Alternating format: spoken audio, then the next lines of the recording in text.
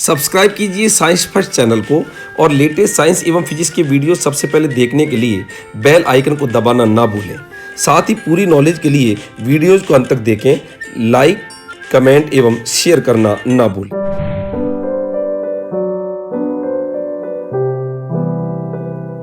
नमस्कार दोस्तों, स्वागत है आपका साइंस फर्स्ट चैनल के अंदर। दोस्तों, चाहे इंसान हो और चाहे मशीनें हो, वो यदि काम करते हैं तो उनको काम करने के लिए आवश्यकता होती है, और वो जो आवश्यकता होती है काम करने के लिए उसको हम कहते हैं ऊर्जा या एनर्जी। यदि कोई इंसान कई दिनों से भूखा है, यदि एक बार अपन माने कि कोई इंसान कई दिनों से भूखा है और उससे कहें कि तू काम कर, तो कहता है मेरे तो बस की नहीं है। बस की नहीं है क्यों? क्योंकि मेरे अंदर एनर्जी नहीं है। आप देखो कि जब अपन सुबह खाना खाते हैं उसके बाद में दिन भर काम करते हैं, शाम तक अपना एनर्जी का लेवल बिल्कुल लो हो जाता है, कम हो जाता है। फिर शाम को वापस खाना खाते हैं रात में, तो वापस एनर्जी आ जाती है। वो रात में फिर एनर्जी, अपने सोने में भी कार्य हो रहा है, उसमें भी एनर्जी खर्च होती फिर लेवल नीचे हो जाता है। लगातार हम खाना खाते हैं और खाना खाने से हमको लगातार मिलती जाती है ऊर्जा।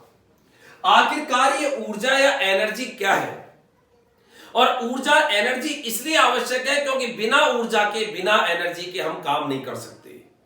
इसलिए कहते हैं कि हमेशा व्यक्ति को, मनुष्य को, इंसान को ऊर्जावान होना चाहिए, देश को ऊर्जावान होना चाहिए, देश के युवाओं को ऊर्जावान होना चाहिए। इसलिए आप यदि पढ़ रहे हो और यदि पढ़ने में अपनी सीटिंग दे रहे हो, बैठ के ज्यादातर समय को आप पढ़ाई के अंदर लगा रहे हो, इसका मतलब आप में एनर्जी है। और कई बच्चे तो ऐसे होते हैं जो थोड़ी देर पढ़ते हैं उसके बाद में कहते हैं मेरे तो दर्द हो रहा है, बस की नहीं है बैठने की। तो ऐसी स्थिति में उनके शरीर के अंदर एनर्जी अच्छी नहीं है। इसलिए एनर्जी लेवल अपना बहुत ही हाई होना चाहिए ताकि हम काम को ढंग से अंजाम दे सके। आखिर क्या होती है ये ऊर्जा? किसमें मापते हैं इस ऊर्जा को? ये जो ऊर्जा है कितने प्रकार की होती है? गतिज ऊर्जा क्या होती है? क्या इसके सूत्र है? स्थिर ऊर्जा क्या होती है? क्या इसके सूत्र है? क्या द्रव्यमान और ऊर्जा में भी कोई संबंध होता है क्या? आखिर इन सभी सवालों का आंसर हम इस वीडियो के माध्यम से जानने का प्रयास करेंगे। तो सबसे पहले बात आती है कि ऊर्जा होती क्या है। तो जैसा मैंने बताया था कि ऊर्जा अर्थात एनर्जी, एनर्जी से क्या करते हैं अपन? काम करते हैं, एनर्जी आई, खाना खा लिया, उससे ऊर्जा मिली, ऊर्जा मिलते अपन काम करने लग गए। तो यही इसकी परिभाषा है। तो ऊर्जा की परिभाषा मैं लिख रहा हूं, कार्य करने की क्षमता, जिससे काम होता है वही ऊर्जा है। कार्य करने की क्षमता को, जिससे कि आप काम कर पाओ, तो कार्य करने की क्षमता को ऊर्जा कहते हैं। ये ऊर्जा की परिभाषा है। तो कार्य करने की क्षमता को ऊर्जा कहते हैं, ऊर्जा की परिभाषा। अब बात ये आती है कि ये जो ऊर्जा है, ये ऊर्जा किसमें मापते हैं? तो ऊर्जा के जो मात्रक है वो आपको अलग से याद करने की आवश्यकता नहीं है, क्योंकि ऊर्जा के मात्रक कार्य के समान होते हैं। और मैंने बच्चे लालो आपको जो कार्य वाला वीडियो जो है उसके अंदर बता दिए थे कार्य के क्या क्या मात्रक है, वही ऊर्जा के मात्रक है। इसलिए ऊर्जा के अलग से कोई मात्रक नहीं है, लेकिन फिर भी अपन उनका नाम बोलना चाहें, जैसे होता है जूल, जैसे होता है अर्ग, जैसे होता है इलेक्ट्रॉन वोल्ट, ये सब आपके ऊर्जा के मात्रक है। जैसे होता है किलोवाट घंटा, किलोवाट घंटा ये ऊर्जा का ही मात्रक है, शक्ति का मात्रक नहीं है। शक्ति वाले वीडियो को आप देखना, उससे समझ आ जाएगा किलोवाट घंटा ऊर्जा का मात्रक है। विशेष तौर पर विद्युत ऊर्जा का मात्रक है, जिसको यूनिट बोलते हैं। किलोवाट घंटा का दूसरा नाम क्या बताया था मैंने? यूनिट। तो ये ऊर्जा के मात्रक होते हैं। जूल भी होता है, अर्ग भी होता है, इलेक्ट्रॉन वोल्ट भी होता है, किलोवाट घंटा होता है। ये सब ऊर्जा के मात्रक हैं। और ये सभी मात्रक याद रखना बच्चे लालो, ये सभी के सब मात्रक कार्य के मात्रक भी हैं। तो ऊर्जा और कार्य के मात्रक समान होते हैं। तो ये अपन ने डिटेल के अंदर कार्य वाले वीडियो के अंदर देख लिया था। अब बात ये आती है कि ये जो ऊर्जा है ये कितने प्रकार की होती है। तो अगली बात आती है ऊर्जा के प्रकार, kinds of energy, types of energy, कि ऊर्जा कितने प्रकार की होती है। तो ऊर्जा के प्रकार देखो, बहुत सारे प्रकार है ऊर्जा के। तो गतिज ऊर्जा, स्थिर ऊर्जा, चुंबकीय ऊर्जा, रासायनिक ऊर्जा, सौर ऊर्जा, पवन ऊर्जा, यांत्रिक ऊर्जा, आंतरिक ऊर्जा, तरह तरह की ऊर्जाएं होती है। अब नाभ की ऊर्जा, आप कहोगे इतनी सारी ऊर्जाएं, तो यहां पर मेनली बेसिक यदि अपन ऊर्जा का अध्ययन करें तो आपके कक्षा 11 तक भी यदि अपन मोटी मोटी बात करें, यहां पर 9th में तो है ही, उसके बाद कक्षा 11 के अंदर भी यदि अपन बात करें, वहां भी एक चैप्टर है, तो वहां तक जो ऊर्जा आती है उसमें मेनली आपको 3 तरह की ऊर्जाओं का बोध होना आवश्यक है। एक है गतिज ऊर्जा, एक है स्थितिज ऊर्जा और एक है यांत्रिक ऊर्जा। ये तीनों की तीनों ऊर्जा जो है, गतिज ऊर्जा, स्थितिज ऊर्जा, यांत्रिक ऊर्जा, ये आपकी ऊर्जाओं में बेसिक है, अर्थात ये आपको आनी चाहिए। तो ऊर्जा के प्रकार मैंने आपको बोले थे बहुत सारे होते हैं, तो यहां पर अपन सबसे पहले ऊर्जा के प्रकार में ले रहे हैं और उसका नाम है गतिज ऊर्जा। गतिज ऊर्जा, इसको अपन अंग्रेजी के अंदर बोलते हैं काइनेटिक एनर्जी, और काइनेटिक एनर्जी को लिखते हैं इसलिए गतिज ऊर्जा को दर्शाते हैं कैसे। अब बात यह आती है कि गतिज ऊर्जा जो है ये क्या होती है, तो जैसा इसका नाम वैसी इसकी परिभाषा।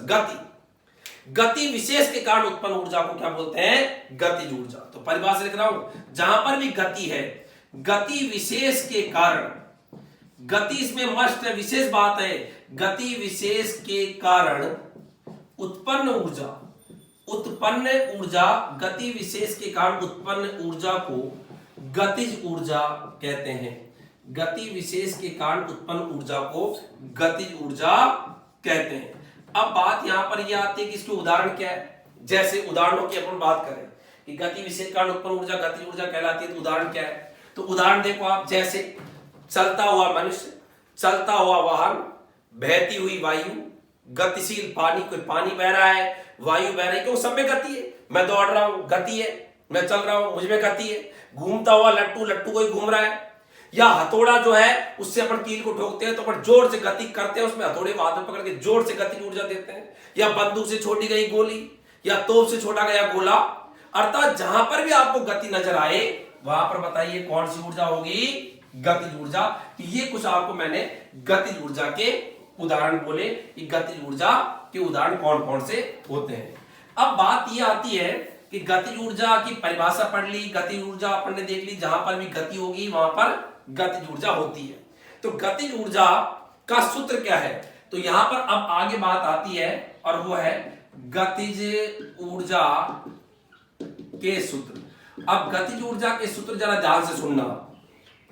यदि m द्रव्यमान का कोई पिंड है, m इसका द्रव्यमान है, m द्रव्यमान का कोई पिंड है, पिंड कह दो, वस्तु कह दो, कण कह दो, एक ही बात है, और यदि यह v चाल से या v वेग से चल रहा है, m द्रव्यमान का पिंड यदि v वेग से चल रहा है तो उसकी गतिज ऊर्जा जो होती है उसको अपन k से लिखते हैं। तो यहां पर मैं लिख रहा हूं उसकी गतिज ऊर्जा का सूत्र, गतिज ऊर्जा का सूत्र जो होता है वो होता है 1/2 mv²। ये गतिज ऊर्जा का फॉर्मूला है, ध्यान से देखें, 1/2 mv²। इसको मैं ऊपर नीचे m से गुणा करना चाहता हूं। आप कहोगे गुरुजी ऊपर नीचे आप m से गुणा क्यों कर रहे हो, ऊपर भी m से कर दिया, नीचे भी m से कर दिया।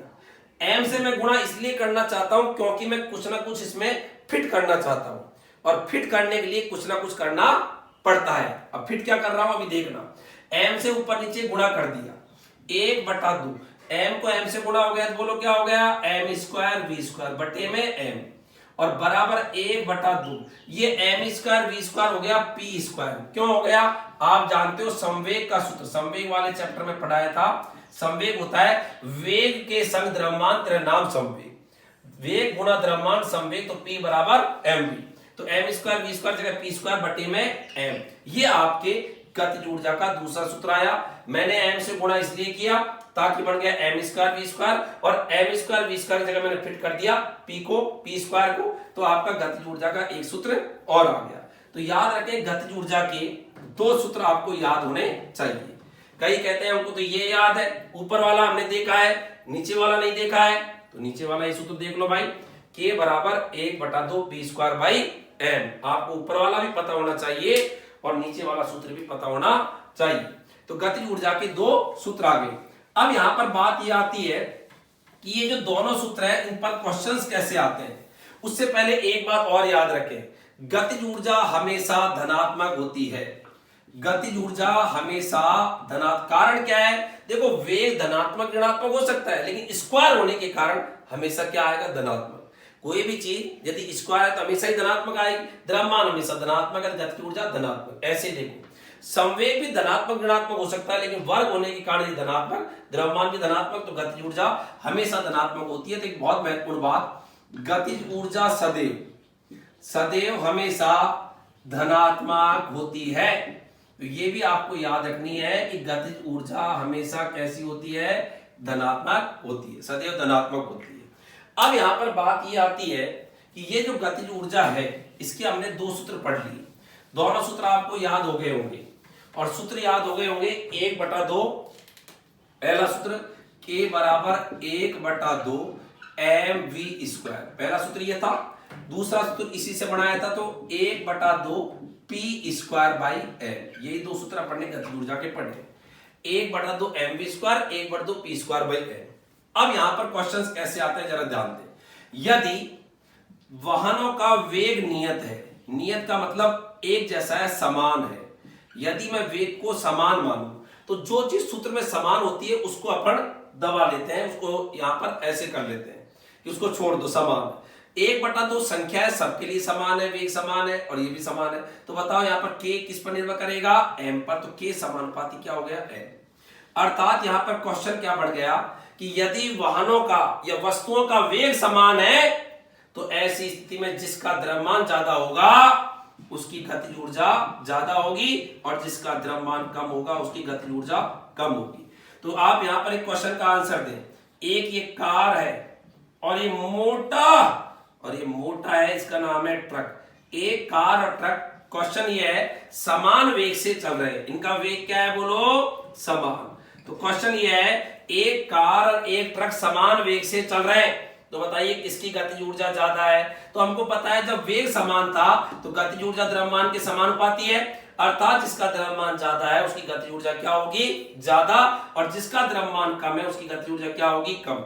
हम जानते हैं कार का द्रव्यमान कम होता है, कार तो हल्की होती है, ट्रक तो ये तो लौटा बड़ा सा होता है। तो यहां पर कार जो है इसका द्रव्यमान कम है तो गतिज ऊर्जा भी क्या होगी, कम, और ट्रक का द्रव्यमान ज्यादा है तो गतिज ऊर्जा भी क्या होगी, ज्यादा। तो मैं यहां पर ये लिख रहा हूं।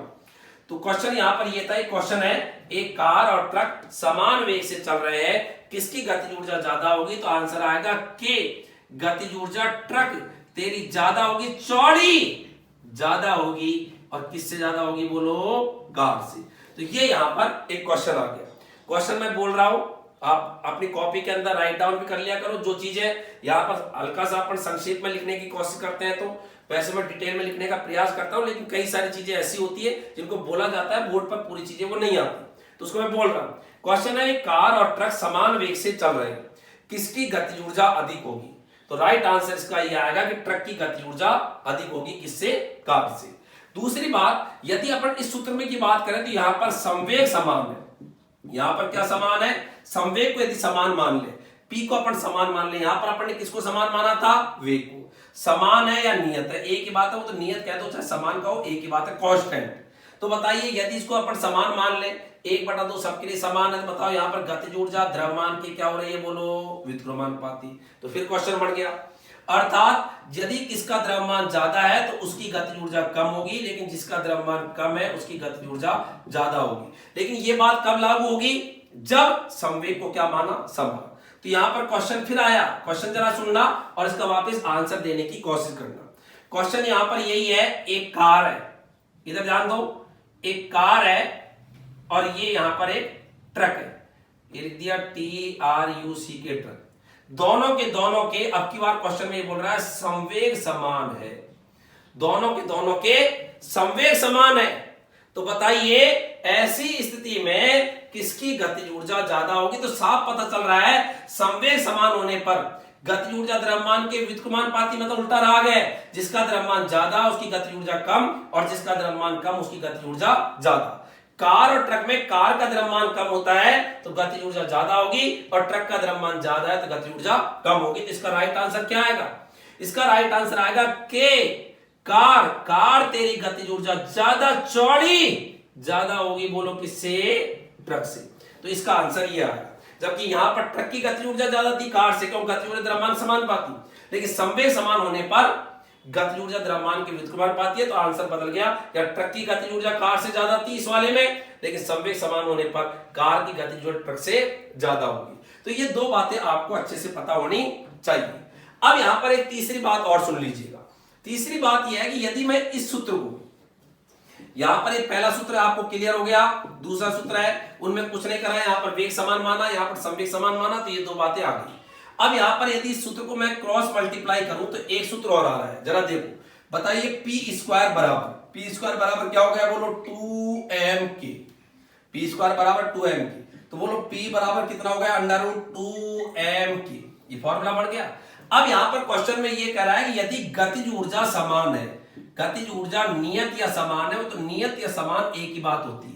अब क्या इसको समान मान लिया तो देखो दो सबके लिए समान है, k को अपन ने समान मान लिया, तो अब क्या और संवेग जो है ये द्रव्यमान के क्या हो गया, वर्गमूल के, द्रव्यमान के वर्गमूल के समानुपाती अनुक्रमानुपाती हो गया। समानुपाती अनुक्रमानुपाती एक ही बात है।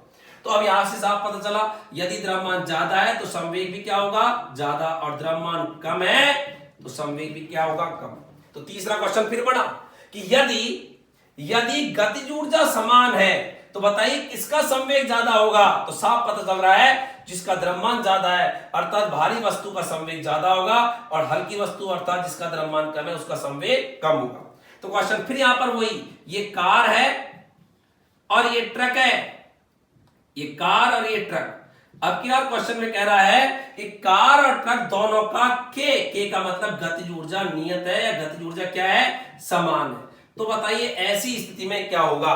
तो निष्कर्ष से निकला कि यदि गतिज ऊर्जा समान है तो ऐसी स्थिति में जिसका द्रव्यमान ज्यादा उसका संवेग ज्यादा, और जिसका द्रव्यमान कम उसका संवेग कम। तो क्वेश्चन यहां पर यही था, कार और ट्रक की गतिज ऊर्जा समान है तो किसका संवेग ज्यादा होगा।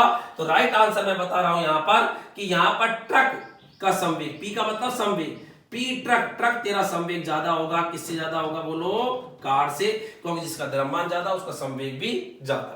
तो यहां पर गतिज ऊर्जा में आपको तीनों बातें क्लियर होनी चाहिए। छोटी सी बात है, समझाने में इतना टाइम लगा, लेकिन अब आपके लिए हमेशा के लिए क्लियर हो गई। कैसे, गतिज ऊर्जा का सूत्र 1/mv², दूसरा सूत्र याद हो गया 1/p²/m, और तीसरा इसी से बचगुणा करा p² बराबर 2mk, तो p बराबर √2mk। कुछ नहीं करना, एक बार वेग को समान मानना, 1/2 समान है तो k समानुपाती अंडर रूट है। जिसका द्रव्यमान ज्यादा उसकी गतिज ऊर्जा ज्यादा, जिसकी द्रव्यमान कम उसकी गतिज ऊर्जा कम होगी। कब, जब वेग को नियत या समान माना। एग्जाम्पल मैंने कार और ट्रक का बताया। यदि संवेग को समान या नियत मान ले तो संवेग को छुपा देना, दो नियत है ही, तो बताओ k m के व्युत्क्रमानुपाती हो गया, अर्थात यहाँ गतिज ऊर्जा द्रव्यमान की व्युत्क्रमानुपाती होती है, मतलब उल्टा पुल्टा होता है। द्रव्यमान बढ़ेगा, ज्यादा है तो गतिज ऊर्जा कम, और द्रव्यमान कम है तो गतिज ऊर्जा ज्यादा। ये काम कब होगा, जब संवेग समान है, p को समान माना। तीसरी बात में अपन ने इसको बचगुणा करके फॉर्मूला आया, और इसमें यदि अपन ने गतिज ऊर्जा को कांस्टेंट मान लिया, मतलब ऐसे क्रॉस कर रहा हूं मैं, तो कांस्टेंट माना, दो सबके लिए कांस्टेंट है, p समानुपाती अंडर रूट m है, अर्थात गतिज ऊर्जा समान या नियत होने पर जिसका द्रव्यमान ज्यादा होगा उसका संवेग ज्यादा होगा, जिसका द्रव्यमान कम है उसका संवेग कम होगा। तो ये आपको तीन पोर्शन अच्छे से पता होना चाहिए कि आपको गतिज ऊर्जा के सूत्र में कैसे इनको अप्लाई करना है। तो ये यहां पर गतिज ऊर्जा से संबंधित बात है। अब यहां पर एक क्वेश्चन का आप आंसर दीजिएगा। क्वेश्चन यहां पर यह है, प्रश्न यहां पर यह है, क्योंकि सवालों से जुड़ना आपको एक अलग अनुभूति देता है कि हमने टॉपिक को पढ़ा या नहीं पढ़ा। क्वेश्चन यह है, यदि वस्तु के वेग को दुगना कर दें तो गतिज ऊर्जा कितनी हो जाएगी। तो गतिज ऊर्जा कितनी बढ़ जाती है, ये क्वेश्चन है, कितनी बढ़ जाती है। तो बिल्कुल सिंपल सी बात है, दुगना तिगना अधूरा। मैंने बताया था कभी भी आपको क्वेश्चंस में ये बातें आए, आप सिंपल तीन चीजें याद रखो। सबसे पहले है आपको पकड़ो, अर्थात सूत्र को पकड़ो, पकड़ने के बाद में लगाओ, लगाने के बाद में थोड़ा सा खोलो ऊपर वाले को देखते हुए, और लास्ट में फिट करो। ये स्टेप्स होती है जिनमें कहीं कोई गलती की बात नहीं होती। पकड़ने का मतलब है कि जब भी कोई भी सवाल जिसमें दुगना तिगना आधा अधूरा, या इसके लिए ऐसा है इसके लिए क्या होगा, उनके अंदर आप सबसे पहले सूत्र को पकड़ो। तो यहां पर किसके बारे में पूछ रहा है, गतिज ऊर्जा, तो सूत्र पकड़ो। पकड़ने का मतलब किसको पकड़ो, सूत्र को पकड़ो। तो गतिज ऊर्जा का सूत्र पकड़ा, गतिज ऊर्जा का सूत्र बोलो क्या होता है, 1/2 mv²। उसके बाद में सेकंड है लगाओ। लगाओ का मतलब होता है प्रश्नानुसार लगाओ, जैसा प्रश्न कह रहा है वैसा लगा दो। प्रश्न में कह रहा है कि वेग को दुगना कर रहा है, तो इस वेग को दुगना कर रहा है, इसमें कुछ नहीं कर रहा, इसमें कुछ नहीं कर रहा, वेग को दुगना कर रहा है तो हो गया 2v उसका स्क्वायर। तो जैसे ही मैंने वेग को दुगना कर दिया, नई गतिज ऊर्जा माना k डैश हो गई। इसको बदलते ही नई चीज आ गई। तो ये अपन ने प्रश्नानुसार दुगना बोला तो यहां पर ये दुगना लगा दिया। इसके बाद में कह रहा है खोलो। खोलने का मतलब जो ये फॉर्मूला है उसको ऐसा खोलो ऊपर वाले को देखते हैं, क्योंकि इसको यहां पर फिट करना है। तो 1/2 mv स्क्वायर, तो इसमें से बचा के लाओ। तो देखो कैसे बोल रहा हूं, 2 का स्क्वायर कितना हो गया 4, और ये लिख दिया मैंने ब्रैकेट में 1/2 mv स्क्वायर। तो ऊपर वाले सूत्र को अपन को फिट करना है। फिट किसको करना है, प्रारंभिक सूत्र को। यहां मैं लिख रहा हूं फिट किसको करते हैं, प्रारंभिक सूत्र को। तो प्रारंभिक सूत्र को फिट करते हैं, तो प्रारंभिक सूत्र इसमें से बचा लो, 2 का स्क्वायर 4, और जैसे ये 1/2 mv स्क्वायर बराबर किसके है बोलो k के, तो यहां पर हो जाएगा 4 के, और उत्तर आ गया। बताओ गतिज ऊर्जा पहले की कितनी हो गई, 4। तो सिंपल सी बात है, वेग को दुगना कर दे गतिज ऊर्जा कितनी होगी। सबसे पहले पकड़ो, सूत्र को पकड़ लिया, k बराबर 1/2 mv स्क्वायर। उसके बाद में लगाओ, प्रश्न में दुगना है, दुगना लगा दिया। उसके बाद में उसको खोलो, तो 2 का स्क्वायर 4। खोलने में ध्यान रखें, जो मुख्य सूत्र है उसका हिस्सा इधर बच जाना चाहिए, और उसकी जगह अपन मुख्य सूत्र का जो है 1/2 mv स्क्वायर बराबर क्या था k, तो आ गया 4 के। यदि क्वेश्चन में कह देता है कि दुगने की जगह यहां पर बोल देता है तिगुना, तो यहां पर तिगने में यहां पर क्या कर देते 3, और 3 का स्क्वायर 9। तो बताओ गतिज ऊर्जा कितनी हो जाती, 9। यदि क्वेश्चन में ये बोल देता है कि यहां पर चौथाई कर दे, चौथाई, तो चौथाई कर दे, तो वेग की जगह कितना हो जाता है v/4। अब v/4 1/2 mv स्क्वायर अपन को बचा के रखना है, तो v का स्क्वायर यहां आ गया, m यहां पर आ गया, और 4 का स्क्वायर क्या होता है 16। तो कितना आएगा 1/16। भाई देखो 1/2 ये रहा, m ये रहा, v का स्क्वायर ये रहा 4 का। तो बताओ उत्तर कितना आ जाएगा, 1/2 mv स्क्वायर, तो वही k, तो उत्तर आ जाएगा k/16। तो आपके कोई भी सवाल गलत नहीं होगा, बशर्ते कि स्टेप्स याद रखें। सूत्र को पकड़ो, प्रश्न में जैसा कह रहा है वैसा लगाओ, उसके बाद उसको हल्का सा खोल दें। खोलने में ध्यान रखें, ऊपर वाला जो सूत्र है उसको साइड में बचाएं, और लास्ट में ऊपर वाला जो सूत्र है उसको फिट कर दें। ये आपका आंसर आ जाएगा। अब यहां पर एक क्वेश्चन में आपको दे रहा हूं, इस क्वेश्चन को आप कमेंट्स के माध्यम से इसका आंसर देना, और मैं देखूंगा कि कितने बच्चों ने, स्टूडेंट्स ने इसका आंसर सही दिया है। तो क्वेश्चन को मैं यहां पर लिख रहा हूं, इसका आंसर आप कमेंट्स के माध्यम से दीजिएगा। महत्वपूर्ण सवाल है, सरलतम है लेकिन महत्वपूर्ण है, इसलिए अपन चाहते हैं कि आपको हर चीज का पता हो। तो क्वेश्चन क्या है, जरा ध्यान दें। 1 किलोग्राम व 4 किलोग्राम पिंडों, 1 किलोग्राम व 4 किलोग्राम पिंडों की गतिज ऊर्जा, 1 किलोग्राम व 4 किलोग्राम पिंडों की गतिज ऊर्जा समान है। 1 किलोग्राम व 4 किलोग्राम पिंडों की गतिज ऊर्जा समान है, तो इनके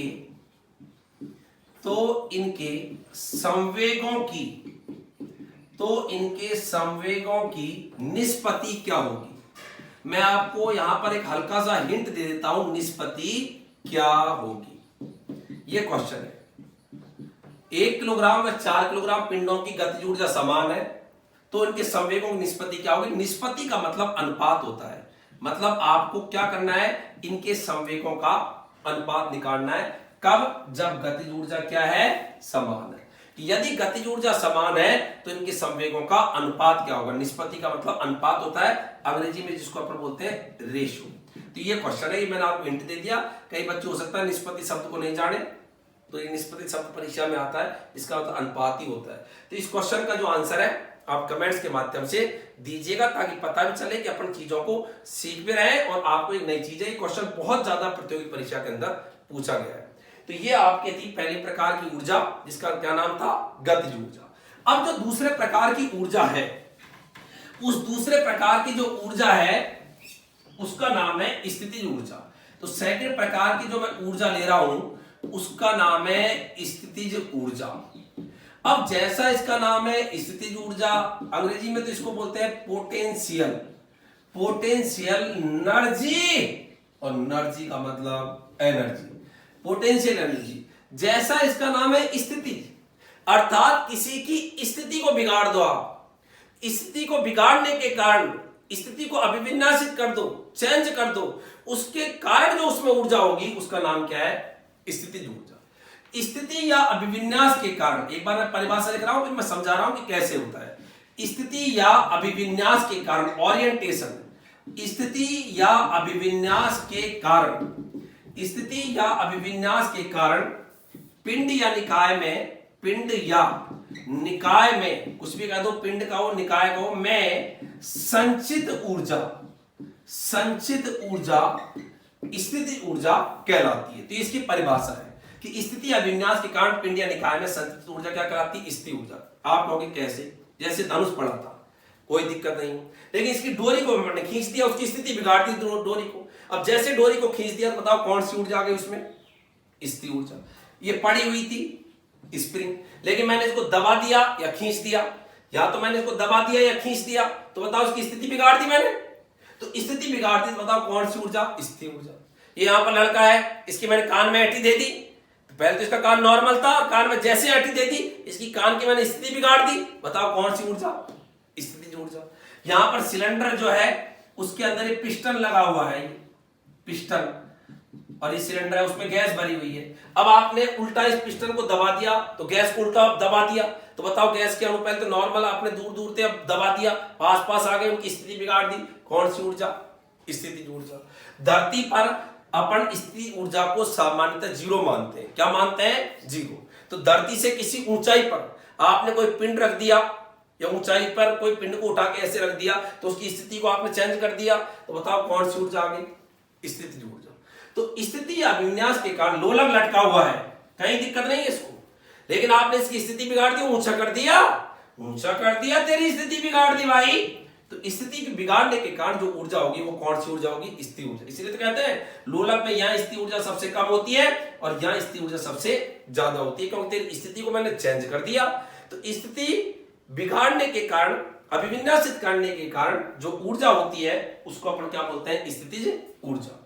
और याद रखना बच्चों, ये जो स्थिति ऊर्जा है ये दोनों प्रकार की हो सकती है, धनात्मक भी और ऋणात्मक भी। अगली बात है स्थितिज ऊर्जा। तो इससे पहले मैंने स्थिति ऊर्जा की परिभाषा और इसके एग्जांपल्स बोले थे। अब मैं अगली बात बता रहा हूं, स्थिति ऊर्जा धनात्मक व ऋणात्मक, स्थिति ऊर्जा धनात्मक व ऋणात्मक, धनात्मक व ऋणात्मक दोनों प्रकार की हो सकती है। धनात्मक भी हो सकती है और ऋणात्मक भी हो सकती है, दोनों प्रकार की हो सकती है। यहां पर एक बात मैं बोलना चाहूंगा, ध्यान दीजिएगा। यदि आकर्षण के बल है, आकर्षण के बल क्षेत्रों में स्थिति ऊर्जा हमेशा ऋणात्मक होती है, और प्रतिकर्षण बल क्षेत्रों में स्थिति ऊर्जा हमेशा क्या होती है? धनात्मक। प्रतिकर्षण बल क्षेत्रों में स्थिति ऊर्जा धनात्मक, और आकर्षण बल क्षेत्रों में स्थिति ऊर्जा क्या होती है? ऋणात्मक। जैसे आप देखो नाभिक के चारों ओर इलेक्ट्रॉन चक्कर लगाता है ना, तो नाभिक के चारों इलेक्ट्रॉन चक्कर लगा रहा था, नाभिक इलेक्ट्रॉन खींच के रख रहा है, तो बताओ इलेक्ट्रॉन की स्थिति ऊर्जा कैसे लेते हैं अपन? कैसे आती है वहां पर? ऋणात्मक। किसी ग्रह के चारों ओर उपग्रह चक्कर लगा रहा है ना, तो ग्रह उसको खींच के रख रहा है, गुरुत्वाकर्षण बल के कारण आकर्षण, तो गुरुत्वाकर्षण बल के कारण ग्रह उस उपग्रह को खींच के रखता है, तो ग्रह की स्थिति ऊर्जा भी कैसी होती है? ऋणात्मक होती है। तो आकर्षण बल क्षेत्र जहां कोई खींच के रखता है किसी को, आकर्षण बल क्षेत्र है, वहां स्थिति ऊर्जा ऋणात्मक, और इसका उल्टा याद रखें, जब प्रतिकर्षण बल क्षेत्र है स्थिति ऊर्जा क्या होती है? धनात्मक होती है।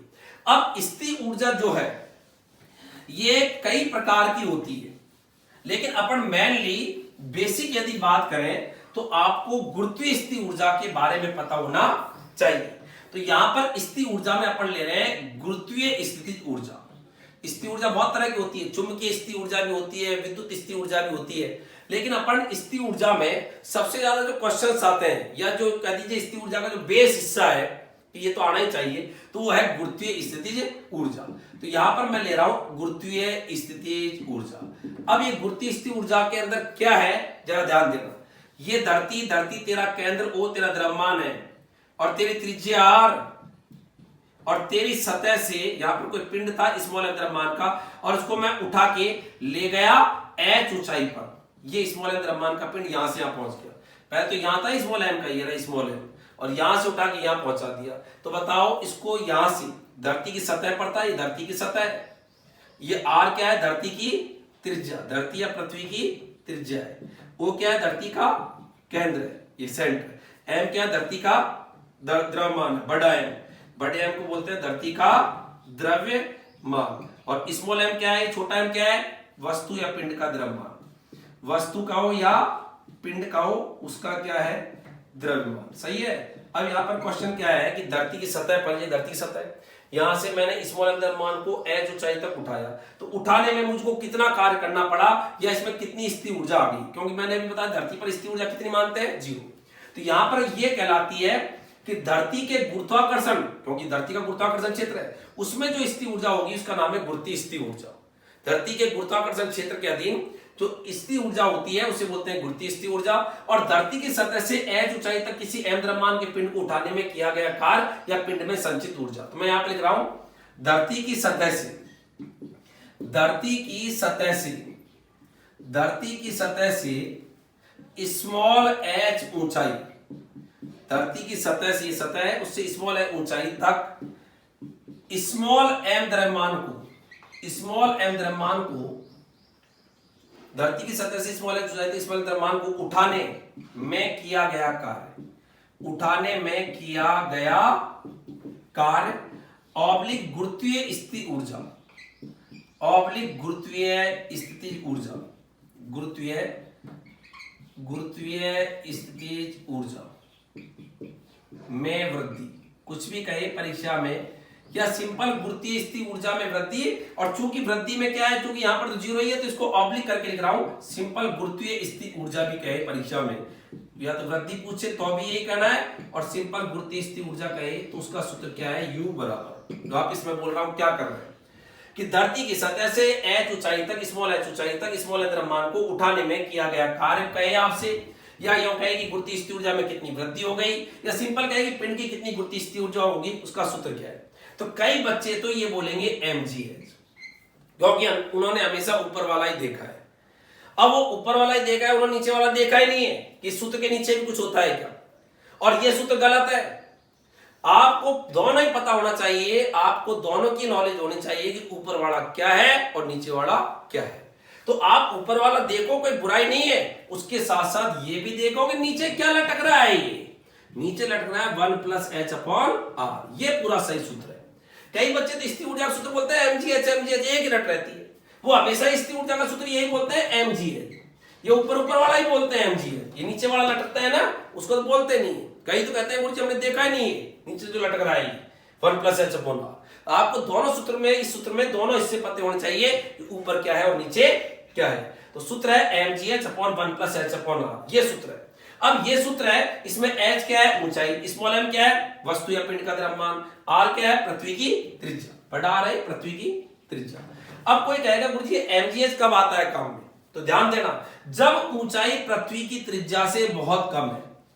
जो क्वेश्चंस ऐसे हैं, ऐसे क्वेश्चन जिनमें पृथ्वी की त्रिज्या से ऊंचाई बहुत कम है, जैसे मैं किसी वस्तु को 100 मीटर लेके गया, 200 मीटर लेके गया, 50 मीटर लेके गया, अब पृथ्वी की त्रिज्या कितनी है, 6400 किलोमीटर, मतलब 64,000 मीटर, उसकी तुलना में 50 मीटर 100 मीटर बहुत ही कम है। तो जब ऊंचाई, उठाने वाली ऊंचाई पृथ्वी की त्रिज्या से बहुत बहुत कम है, तो ऐसी स्थिति में h/r लगभग 0 होगा, क्योंकि एक छोटी चीज में एक बड़ी चीज का भाग दोगे तो 0 ही आएगा। और 0 आएगा, जैसे आप 1 रुपए को 10 लाख आदमियों में बांटो, 1 रुपए को बांटो 10 लाख आदमियों में, तो ये नहीं बटेंगे, नहीं, 1 को 10 लाख आदमियों में, 10 लाख आदमियों में बांटेंगे तो 1 रुपया बटेगा, लेकिन आप उन आदमियों को मिलेगा 0.0000 ऐसे मिलेंगे। तो बड़ी एक छोटी सी चीज को यदि बहुत सारे बड़े हिस्से के अंदर डिवाइड करना है, बांटना है, तो उसका मान लगभग 0 आता है। तो यहां पर यदि छोटी ऊंचाई को पृथ्वी की त्रिज्या बहुत बड़ी है उससे भाग देंगे तो लगभग 0 आएगा। और यहां पर चूंकि ऊंचाई अपन ने बहुत ही कम मानी, तो जिन क्वेश्चंस में ऊंचाई बहुत ही कम है, तो ऐसी स्थिति में कि ऊंचाई कम है, पृथ्वी त्रिज्या बहुत ज्यादा है, h/r लगभग 0 आएगा। और जैसे h/r को अपन ने 0 करा तो बताओ सूत्र आ गया U बराबर mgh/1, मतलब mgh।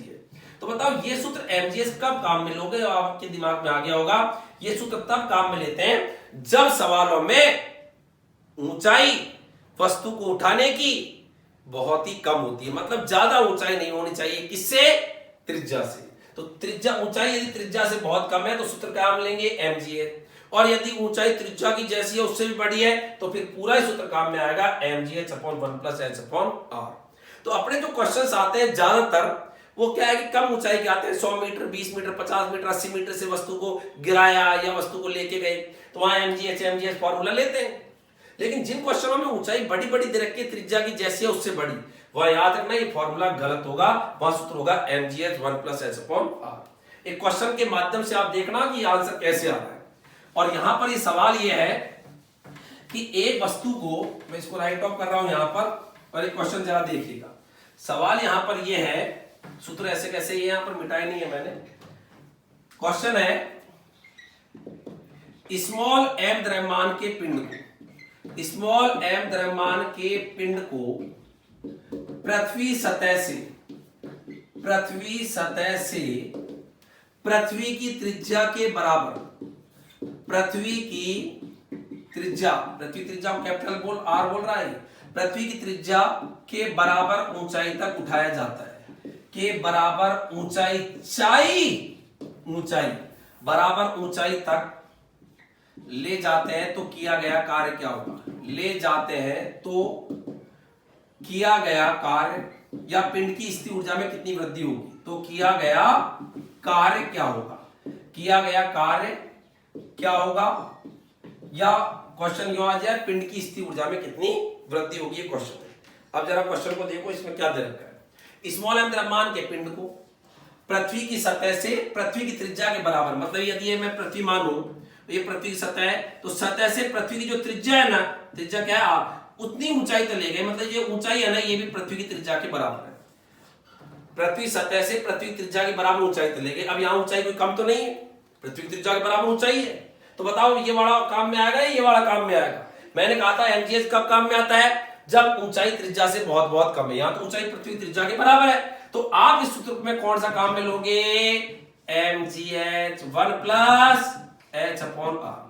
और इस सूत्र में बताओ, चूंकि h बराबर क्वेश्चन में क्या दे रखा है r, तो जैसे मैं h बराबर r रखूंगा तो बताओ क्या आएगा, u बराबर mg, h की जगह रख दिया मैंने r, 1 + h की जगह r बटे में r आई, और r बटे r कट गई तो बताओ कितना बचेगा, 1, और 1 + 1 तो उत्तर कितना आएगा बोलो, mgh बटे 1 + 1 कितना, 2। तो ये आपका आ गया किया गया कार्य या ऊर्जा।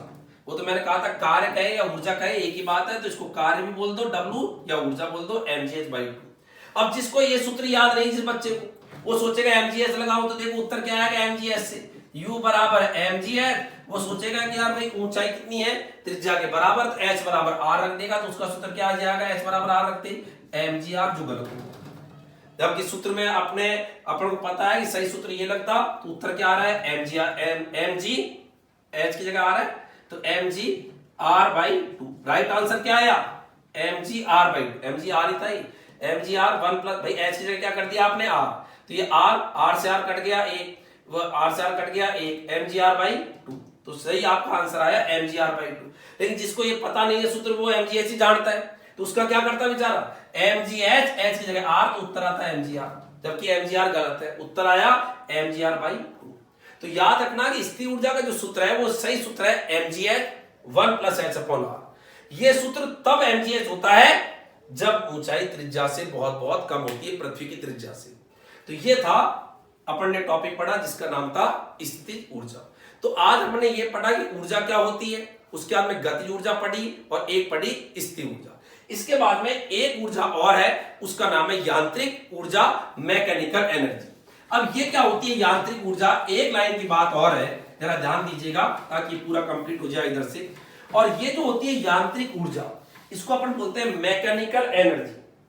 ये होती क्या है, तो यांत्रिक ऊर्जा जो है ये कुछ नहीं है, आप इतना से याद रखो, जो आज की पढ़ी है ना दोनों ऊर्जा, दोनों को जोड़ दो, तू भी आ जा और मैं भी आ जाऊं, अर्थात गतिज ऊर्जा तेरे साथ आजिए और तेरे साथ आजिए कौन स्थितिज ऊर्जा, और दोनों आगे चिपक जिए, और गतिज ऊर्जा में स्थिर ऊर्जा चिपक जिए, तो तेरा नाम क्या है, यांत्रिक ऊर्जा। ई से लिखते हैं इसको, गतिज ऊर्जा के से, स्थिर ऊर्जा को यू से, ई बराबर के प्लस, ये आपके यांत्रिक ऊर्जा। थर्ड ग्रेड 2013 में विभिन्न जिलों के अंदर, थर्ड ग्रेड 2013 में विभिन्न जिलों के अंदर क्वेश्चन आया था सिंपल की यांत्रिक ऊर्जा का मतलब क्या है, गतिज ऊर्जा प्लस स्थितिज ऊर्जा। तो गतिज ऊर्जा स्थिर ऊर्जा का योग कहलाता है यांत्रिक ऊर्जा। तो ये ऊर्जा भी आपको पता होनी चाहिए। तो अपन ने तीनों ऊर्जाओं का एक बार बोध किया, कौन कौन सी? गति ऊर्जा, स्थिर ऊर्जा और यांत्रिक ऊर्जा। तो इतना जितना मैंने ऊर्जा के अंदर पढ़ाया, इसको आपने ढंग से समझा होगा। आगे फिर आपसे मुलाकात होगी। धन्यवाद। जय हिंद, जय भारत।